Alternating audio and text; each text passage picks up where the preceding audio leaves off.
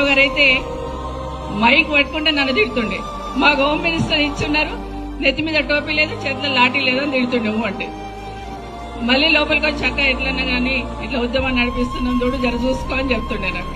So నిజంగా సంతోషం అనిపించేది. ఆ తిట్టులో కూడా నాకు ప్రేమ కనిపించేది. ఎందుకంటే నా తమ్ముళ్ళు నన్ను తిడుతున్నారు, నా వాళ్ళు నన్ను తిడుతున్నారు, ఖచ్చితంగా ఉద్యమంలో విజయం సాధించాలని ఆరాటం ఉండేది. ఒకరోజు రాత్రి 10 గంటలకు వచ్చారు, దండుని వేసుకొని వచ్చాడు ఇంటికి.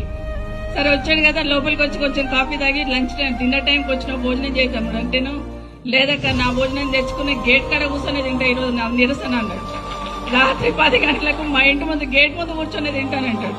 తింటాను ఇక్కడే కానీ కొంచెం తొక్కుంటే పంపించక, కారం అంటే పంపి తింటాను అన్నాడు.